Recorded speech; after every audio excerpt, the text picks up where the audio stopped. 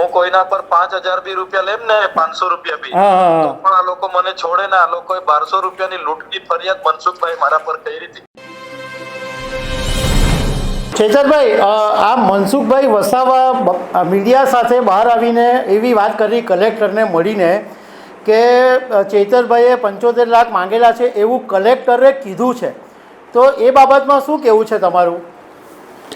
માન્ય વડાપ્રધાન શ્રી જ્યારે મારા મત વિસ્તારમાં આવ્યા અને સરકારનો મોટો કાર્યક્રમ થયો, તો એમાં કયા વિભાગ દ્વારા કેટલો ખર્ચો થયો એ બાબતની મારા અધિકાર પ્રમાણે મેં માહિતી માંગી, જેનાથી મનસુખભાઈને પેટમાં દુખ્યું.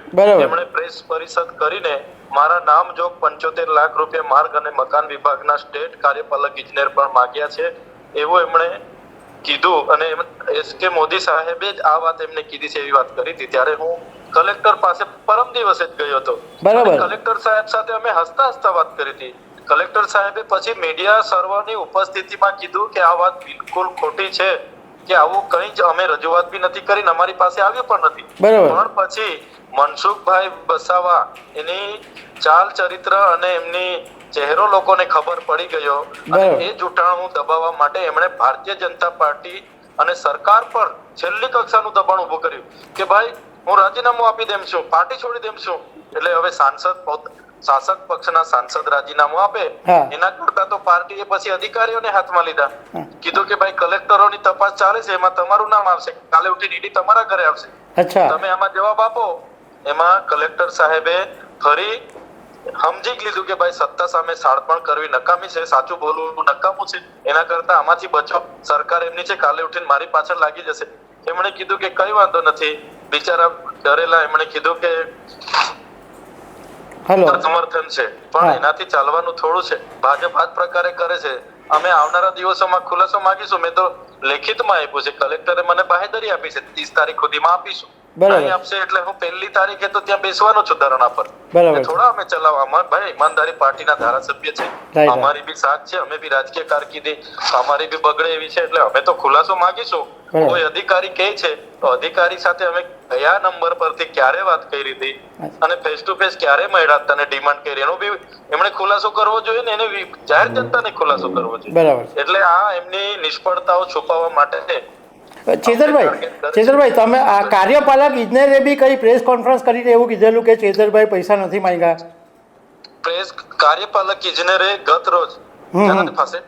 ગત રોજ મીડિયાના મિત્રો એમના સંપર્કો કર્યા. લોકસત્તા જનસત્તામાં આજે પણ છે, તમે વાંચજો. તો એમણે એવું કીધું કે હું 7 તારીખથી રજા પર છું અને આવી કોઈ પણ પ્રકારની વાત મેં કોઈ અધિકારીને કે કોઈ રાજકીય નેતાને કરી નથી ને મારી સાથે આવી કોઈ ઘટના ઘટી નથી. અને મારું નામ શું કરવા આવે છે ને સાંસદ લે છે એ મને સમજાતું નથી, એવું એ પોતે બોલ્યા છે. રાઈટ. ચેતરભાઈ, મને એક સવાલ એ થાય છે કે આ મનસુખભાઈ પર દબાણ આવ્યું, કલેક્ટર પર પણ દબાણ આવ્યું, એ વાત તમને ખબર કેવી રીતે પડી? કલેક્ટર તે દિવસે અમને નિખાલસતાથી નિડરતાથી એમણે ખુલાસો કર્યો ને ખુલ્લામાં મીડિયા લોકોને બોલાવ્યા, એમણે ચેમ્બરમાં બધા જ આવો હું ખુલાસો કરું. બધાને બોલાવ્યા, કીધું કે આ મનસુખભાઈ જે વાત કરે છે તદ્દન ખોટી વાત છે, એમણે કીધું, ખુલાસો કર્યો.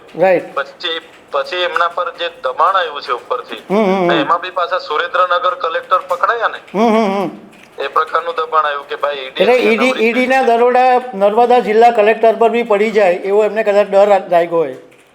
એનો ડર બતાવવામાં આવ્યો અને મનસુખભાઈ તો તોતા પર ઉતર્યા, એમને ગાળો તે દિવસે ફોન કરીને, એના બી અમારા પર પુરાવા છે. એક સાંસદ તરીકે તો આ યોગ્ય નહીં કહેવાય.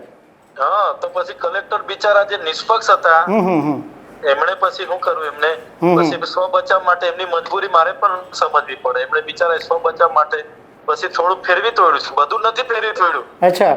એમણે કીધું કે હું ઓફિસમાં નથી પણ હેલિપેડની વાતમાં સમર્થિત છું. હવે હેલિપેડ ને ઓફિસ ની વાત અમે ક્યાં કરી છે ભાઈ? વાત 75 લાખના તોડની છે, એના પર જ વાત હોવી જોઈએ ને. આખી વાર્તા નાખી સ્ક્રિપ્ટ બનાવીને આ લોકો 2 દિવસથી એ બિચારાને હેરાન કરે છે. ચેતરભાઈ, અમે એક જાણવાની કોશિશ કરી કે કલેક્ટર નર્મદા જિલ્લા કલેક્ટર ઓફિસે ફોન કર્યો તો ઓફિસમાંથી અમને એવું જાણવા મળ્યું કે કલેક્ટર સાહેબ તો રજા પર ઉતરી ગયા છે. તો મેં એમને પૂછ્યું કે તો ભાઈ મનસુખભાઈ વસાવા કેવી રીતના મહિલા રજા પર હતા? તો ત્યાંના માણસે એવું કીધું કે આજે એમની રજા આજે મંજૂર થઈ, એટલે મનસુખભાઈને મળ્યા પછી રજા પર ઉતરી ગયા ને સોમવાર સુધી. એટલે કલેક્ટર બી આવું એક સરકારી અધિકારી છે જે હોય તે સ્પષ્ટ કહી દેવું જોઈએ. હેલો. હા, સાચી વાત છે તમારી વાત સાથે આ છે ને જી. અધિકારીઓને ડરાવવાનું ધમકાવવાનું કામ અમારું નથી, એમનું છે. હવે અધિકારી સતીશ મોદી કાર્યપાલક ઇજનેર છે, એસકે મોદી જિલ્લાના કલેક્ટર છે, બરાબર છે, અને પોલીસ એમની છે, વહીવટી તંત્ર એમનું છે. આ તો અમને બદનામ કરવાનું આખું કાવતરું મનસુખભાઈ કર્યું હતું. બરાબર. બાકી આ લોકો તો મને હોદે જ છે. હું કોઈના પર 5,000 બી રૂપિયા લેમ ને 500 રૂપિયા બી, તો પણ આ લોકો મને છોડે ને. આ લોકોએ 1200 રૂપિયાની લૂંટની ફરિયાદ મનસુખભાઈ મારા પર કરી હતી. અચ્છા. 1200 રૂપિયાની લૂંટની ફરિયાદ, બે ફરિયાદ લૂંટની મનસુખભાઈ મારા પર કરી છે. તો આ લાખોમાં હું લેમ તો મને છોડે કે આ લોકો? એટલે તમારી રાહ જોઈ છે કે ચેતરભાઈનો ક્યારે કુંડાળામાં પગ પડે. હા, મને હોદે છે આ લોકો, ક્યારના હોદે છે. તો મને સેન્ટ્રલ જેલમાં મોકલી આપે ને, પણ આ તો બદનામ કરવાના કાવતરા છે. અમારા એ ધંધા નથી. અમે આજે પણ 8,000 ની ભાડેથી ઓફિસ રાખીને ચલાવીએ છીએ. મનસુખભાઈ 10 કરોડનું કમલમ બનાવ્યું ગયા વર્ષે, એમાં એનો હિસાબ આપવો જોઈએ.